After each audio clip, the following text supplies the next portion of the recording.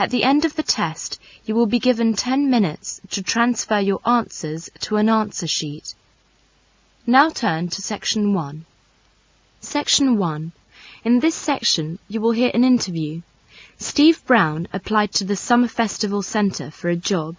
He was invited for the interview. As you listen to the interview, answer questions 1 to 3 by circling the correct letter. First, you will have some time to look at questions 1 to 3.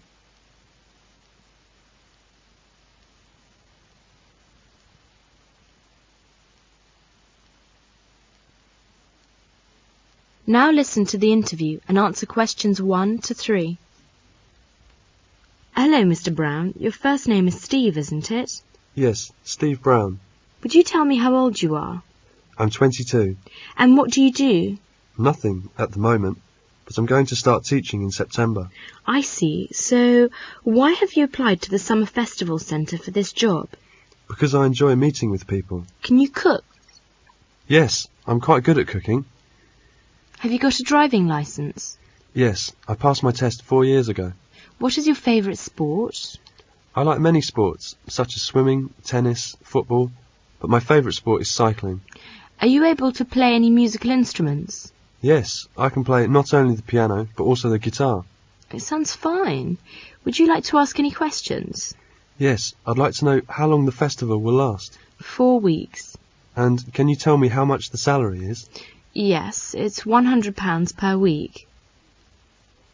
Steve was employed by the Summer Festival Centre and earned some money. As he likes cycling very much, he wants to buy a bicycle. Now he is ordering from a mail order catalogue. As you listen, fill in the gaps numbered 4 to 7. First, you will have some time to look at questions 4 to 7.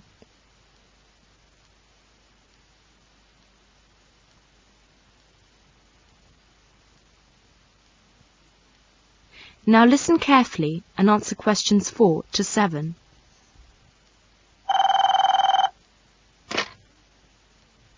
Three 8564. City Mail Order Company.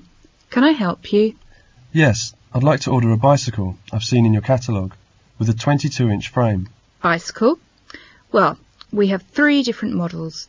Could you quote the reference number, please? I'll just have a look. Here it is, number AD58402. Right, I'll just key that in. That's the touring model at £185. No, wait a moment. I want the sports model. If you check, sir, you'll see that the sports model one is £249.50. The reference number is AD58412. I see. It's the sport model I want. Will you take the order down? Sure. Could I have your name and address, or do you have an account number? Well, I might have, but I can't tell you what the number is right now. We can look it up at this end. It doesn't matter. Would you give me your name and address then? Yes, it's Steve Smith of 31 Green Road, Euston Centre, London, NW1 4ER. Sorry, I didn't catch the address. Could you repeat it? Yes, it's 31 Green Road, Euston Centre. I'll spell it. EUSTON, London, NW1 4ER. So it's for Mr. Steve Brown, 31 Green Road, Euston Centre, London, NW1 4ER. And how would you like to pay, sir? By cheque or by credit card? I'll pay by cheque, as usual. When can I expect it? It should reach you within 3 weeks. Let us know if it doesn't. We'll enclose the bill with the bicycle. That's okay. Thank you. Goodbye. Thank you for calling, Mr. Brown. Goodbye. Continue to listen to the third part of this section. About 2 months later, the City Mail Order Company called Steve Brown about the non-payment of the bill. As you listen, look at the statements and write T if the statement is true, F if the statement is false, or N if there is no information given. First, you will have some time to look at questions 8 to 10.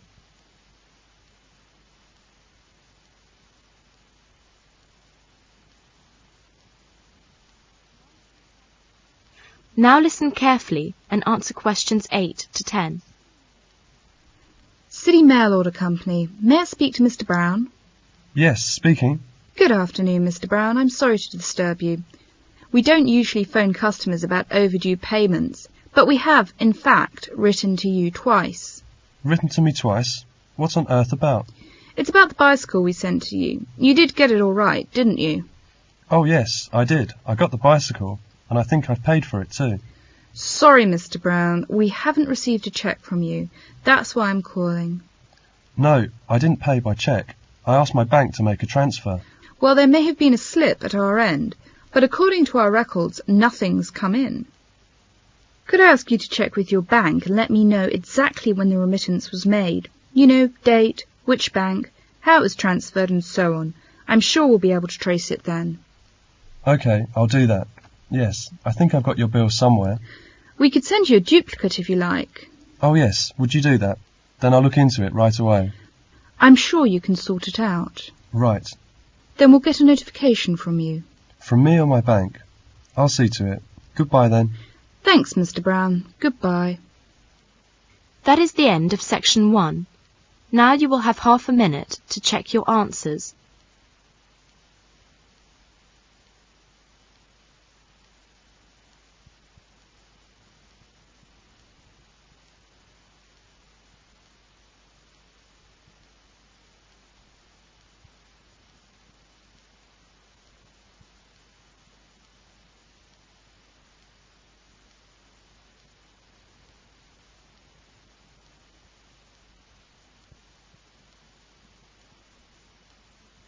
Now turn to Section 2.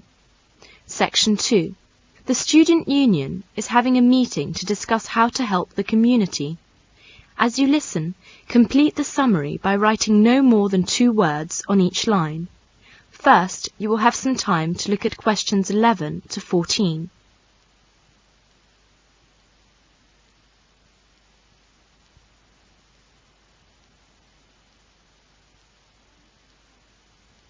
Now listen carefully and answer questions 11 to 14.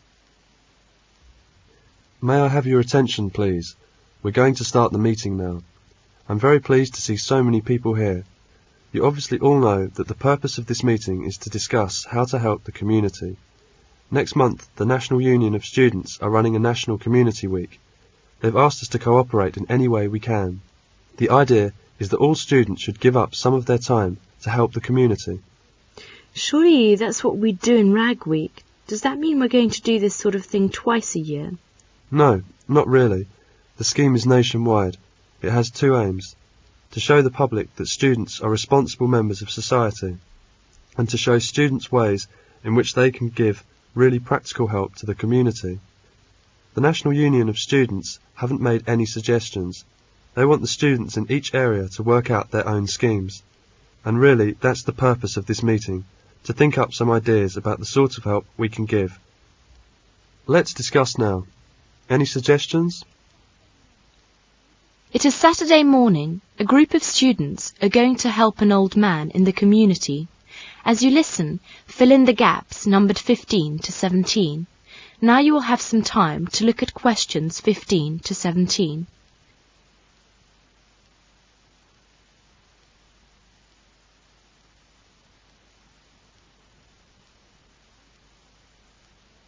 Now listen carefully and answer questions 15 to 17.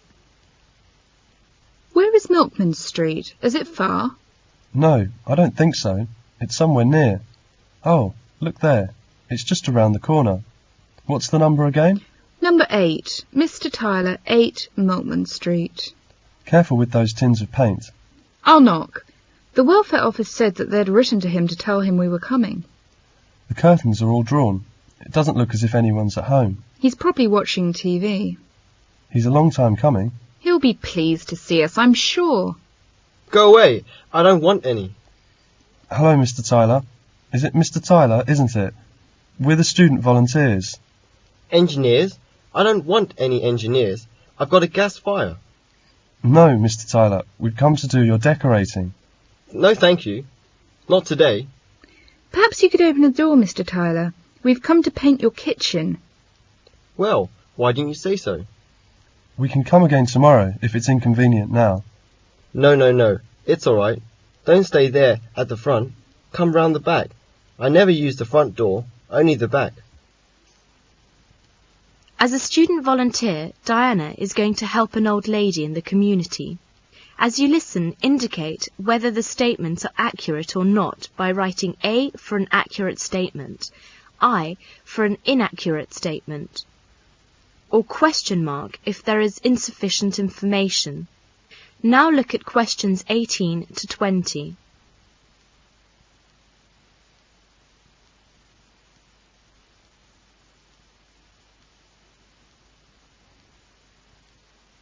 Now listen and answer questions 18 to 20.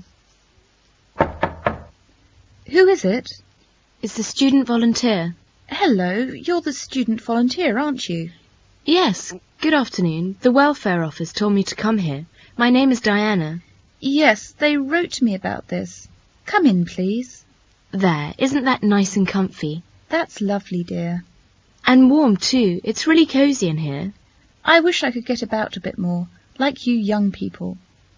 I could go out and see my son and my grandchildren. They live in Edinburgh, you know. I don't see them often. My son has got a lot of work. I used to go out to work. That was after my husband died. Never worked when I was married, though. No? No, never. He used to say a woman's place is in the home. Yes, life's like that. I'll just dust these photos. That's him, the one in the middle of the front row. His moustache was lovely. That was taken when he was in the army. He looks very smart. Yes, he was. I can remember it as if it were yesterday. Well, there we are. I want you to read a book to me. You know my eyes are not very good now. Where is the book? It's on my desk. It is Little Dorrit by Dickens. You know the bit I like? It's on page 201. It describes Little Dorrit's love for her father. Ah, yes, here. She never left him. Nice and comfortable? Here, put this shawl around your shoulders. My husband used to read this book to me. She never left him all that night, as if she had done him a wrong which her tenderness could hardly repair. She sat by him in his sleep, at times softly kissing him. That is the end of section 2. Now you will have half a minute to check your answers.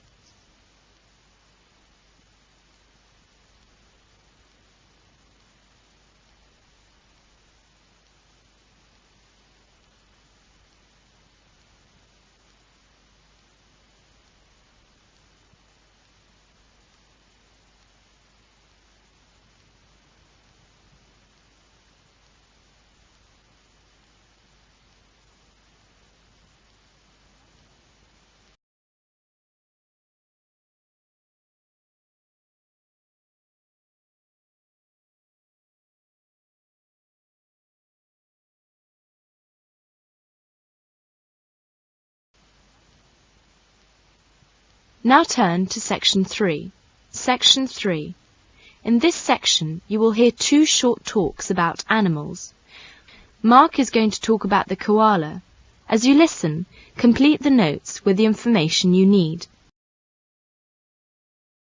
Now you have some time to read questions 21 to 30.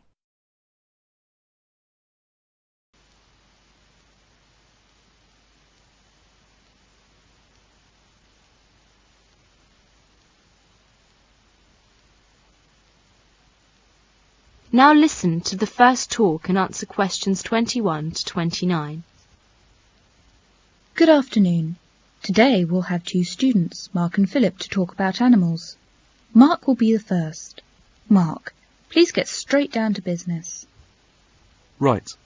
As you know, Australia has many unique species of animals due to its long geographical isolation, such as kangaroos, wallabies, koalas, wombats, dingoes, possums, platypuses, spiny anteteras, and so on.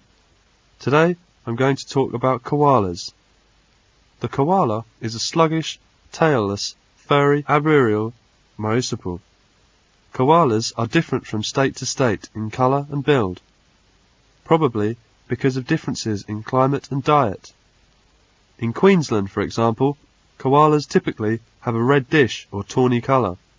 In New South Wales, koalas are greyish with ash-like flecking. In Victoria, they tend to be heavily built, with a shaggy coat of a brownish colour. Koalas tend to be solitary creatures. They come together to mate in spring and early summer. At mating time, the males are noisy and quarrelsome. Baby koalas are born approximately 35 days after conception. Although furless and weighing only half of a gram, the baby koala climbs into the mother's pouch unaided. 6 months later, it leaves the pouch. By now, the baby koala is fully furred, and the mother carries it on her back or cuddles it to her chest for another 6 months. Normally, koalas have single babies, and twins are rare. Koalas become mature completely after 4 years, although the female is sexually mature at about 2 years. Koalas only eat gum leaves and drink no water. The Aboriginal word koala means no water. But of the 500 eucalyptus species, koalas eat only about 13. The koala's digestive system enables it to survive on a diet of gum leaves, which consist largely of fibre, which have a very low protein content. An adult koala eats around 1 kilo of leaves a day. In the wild, it is thought that the koala lives for about 10 years, although koalas in zoos may live for 20 years. The fully grown female koala measures about 60 centimetres.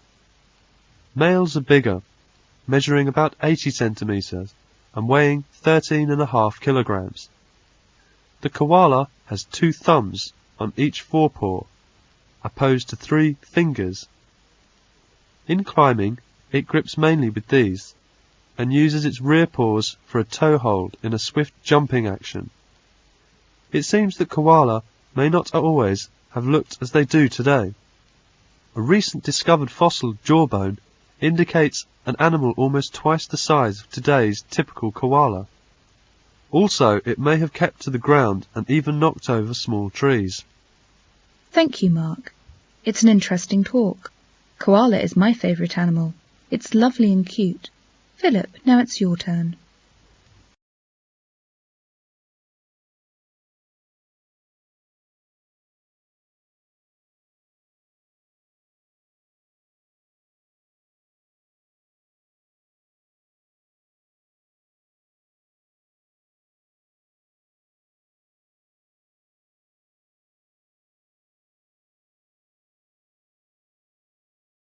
As you listen to the talk, fill in the gaps numbered 31 to 40.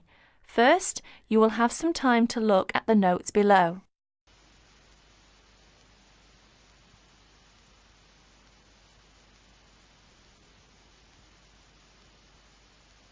Now listen Mark to the... has talked about a small animal. I'm going to give you a talk about a very big one. It's the giraffe, a tall, long-necked, spotted ruminant. Male giraffes are usually about 6 meters tall.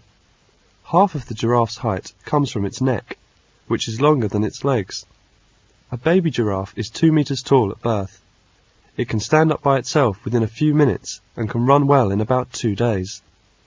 A giraffe has big brown eyes which are protected by very thick lashes. Since it lives in parts of Africa which are usually dry with a great deal of dust, the lashes are an important source of protection. It can also cover its nostrils in order to protect its nose. It has 2 short horns on its head. Like the camel, the giraffe can go a long time without drinking water. One source of water is the leaves which the giraffe eats from trees. Since it is so tall, the giraffe can reach the tender leaves at the top of a tree. Giraffes usually live in small herds and often feed with other animals. Giraffes have 2 methods of self-protection. If something frightens an adult giraffe, it can gallop away at about 50 kilometers per hour, or stay to fight with its strong legs. Well, that's all I know about giraffes. Peter and Kate have met in the coffee bar and they are having coffee together. Hi there, how are you going with your tutorial next week? Oh, good. I've decided to talk about paper and its use. Fascinating, I'm sure. Yes, I think it's an interesting topic. Do you know how much paper you use every year? Well, I've never thought about that. I can't answer your question. I suppose you can tell me something about it. OK. It'll be good practice for my tutorial next week. How much paper does one person use every year? In 1900, the world's use of paper was about 1 kilogram for each person in a year. Now, some countries use as much as 50 kilograms of paper for each person in a year. This shows how far advanced the country is. You're right. Countries like the United States, Britain, Japan, Germany and Sweden certainly use more paper than other countries. I'm very interested in the history of paper. Are you going to talk about it next week? Yes, of course. Where was paper first made? In China. The Chinese first made paper about 2,000 years ago. China still has pieces of paper which were made as long ago as that. But Chinese paper was not made from the wood of trees. It was made from the hair-like parts of certain plants. In Egypt and the West, paper was not very commonly used before the year 1400. The Egyptians wrote on papyrus, a kind of paper made from the pith of the stems of tall aquatic cyperaceous plants. Europeans used parchment for many hundreds of years. What was parchment? Parchment was made from the skin of certain young animals. They were very strong. We have learnt some of the most important facts of European history from records that were kept on parchment. Oh, I see. How about paper in Europe? Well, paper was not made in southern Europe until about the year 1100. Scandinavia, which now makes a great deal of the world's paper, but didn't begin to make it until 1500. It was a German named Schraffler who found out that the best paper could be made from trees. After that, Canada, Sweden, Norway, Finland and the United States became the most important in paper making. They are forest countries. Today, Finland makes the best paper in the world, and the paper industry of the country is the biggest in the world. New paper making machines are very big, and they make paper very fast. The biggest machines can make a piece of paper 300 meters long and 6 meters wide in 1 minute. Oh my goodness, that's amusing. What are the uses of paper? Paper is used for newspapers, books, writing paper, envelopes, wrapping paper, paper bags. Yes, only half of the paper that is made is used for books and newspapers. Have you got an idea about other uses of paper? No, I'm afraid not. There are many other uses. Paper is very good for keeping you warm. Houses are often insulated with paper. You have perhaps seen homeless people asleep on a large number of newspapers.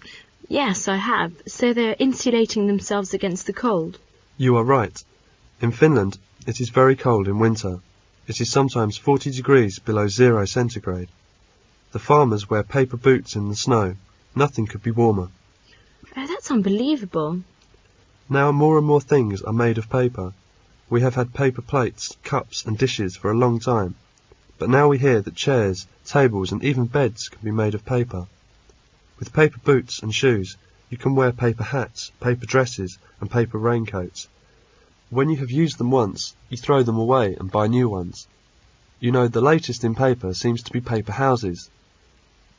These are not small houses for children to play in, but real, big houses for people to live in. You can put one up yourself in a few hours, and you can use it for about 5 years. Fascinating. People have made paper boats, but they have not yet made paper planes or cars. Just wait, they probably will. Well, I'm sure your tutorial will go really well. That is the end of section 4. Now you will have half a minute to check your answers.